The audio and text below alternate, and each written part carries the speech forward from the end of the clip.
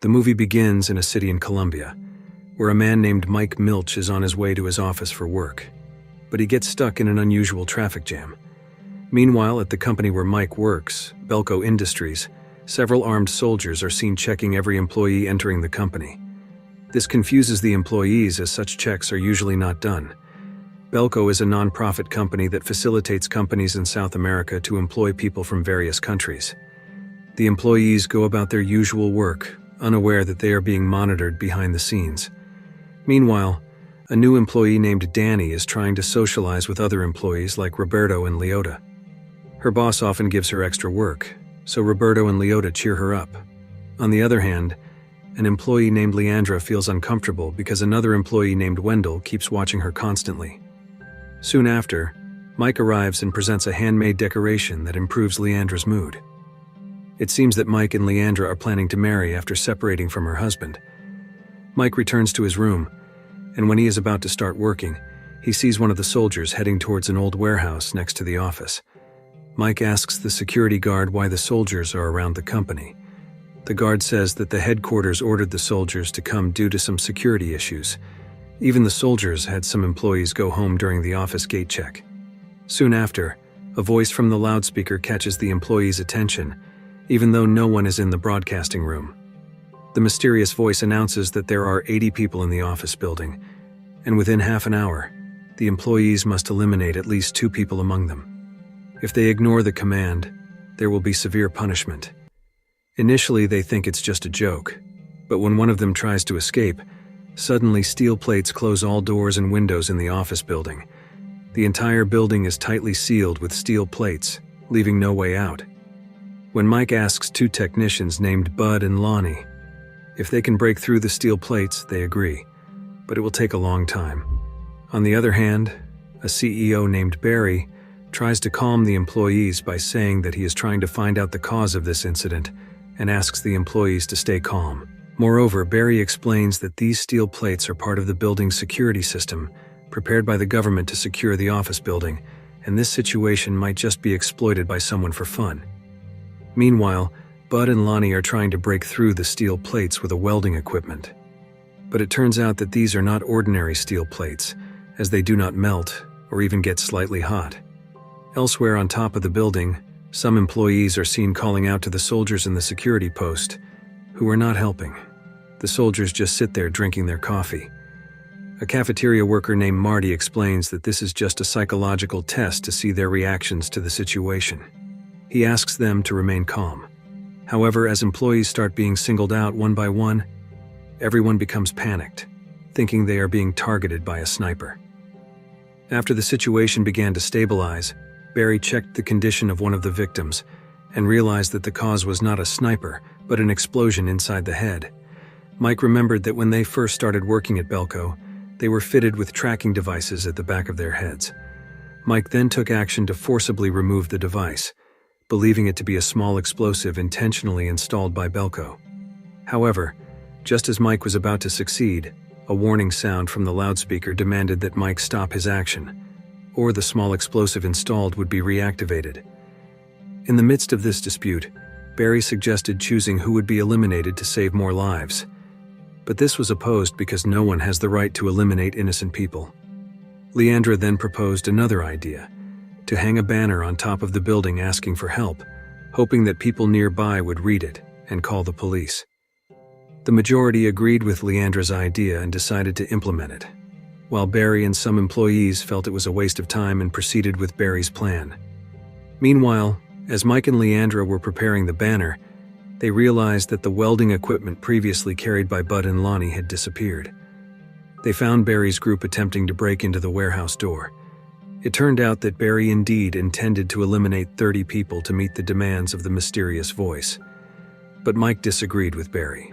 He used a security guard's gun to shoot the hose connected to the welding equipment, and quickly left the scene. Then, Mike and others tried to hang the banner on the building, but this time they were immediately shot at by the soldiers, causing one of them to be injured in the hand. The mysterious voice again warned that if they attempted this again, the explosives on them would be immediately activated. They were forced to return inside the building. While they were sitting on the stairs, Barry and his group suddenly attacked to forcibly take the warehouse keys from the security guard. This action resulted in the security guard being eliminated by Wendell's stab. After successfully opening the weapon warehouse, Barry and his group began to gather the employees in the lobby. Once everyone was assembled, Barry stated that he would choose some people to be eliminated, namely those who were old enough to save the younger employees. In addition to the older employees, Barry also planned to eliminate Mike for always opposing his plans. Barry then eliminated one by one of his choices. But as Barry was about to push Mike, the electricity suddenly went out, and everyone scrambled to escape. Amidst the chaos, Barry ordered his group to eliminate as many employees as possible because only 2 minutes remained.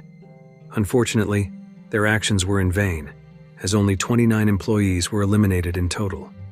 Shortly after, the explosives were activated sequentially. They were eliminated one by one, as Barry and his group began to resign themselves. The mysterious voice announced that the game would continue to the next stage. In this final stage, the mysterious voice gave them 1 hour to eliminate each other, and whoever eliminated more or survived until the end would win the game.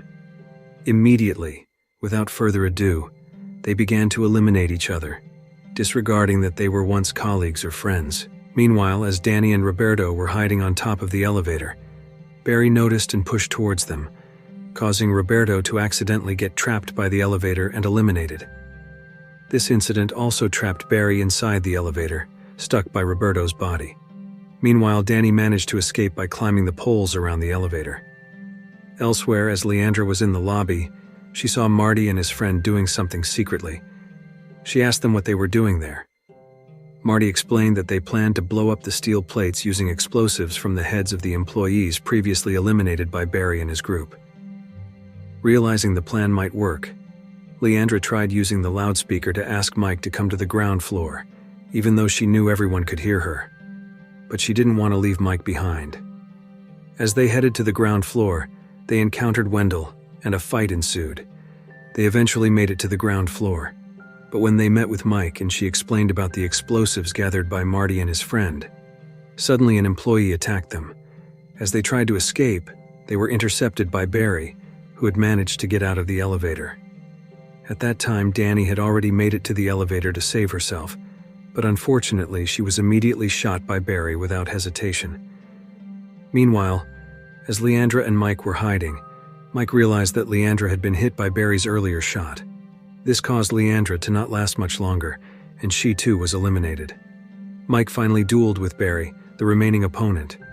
Initially overwhelmed as Mike lacked self-defense skills, Mike ultimately won the fight.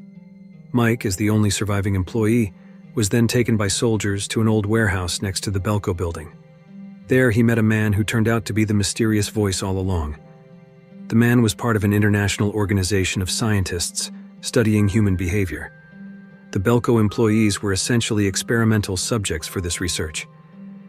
The man interviewed Mike about his feelings after going through the series of games. Unexpectedly, Mike told the man that he had inserted several explosives he had brought into the pockets of the soldiers, including the man himself. Mike quickly tried to activate the explosives.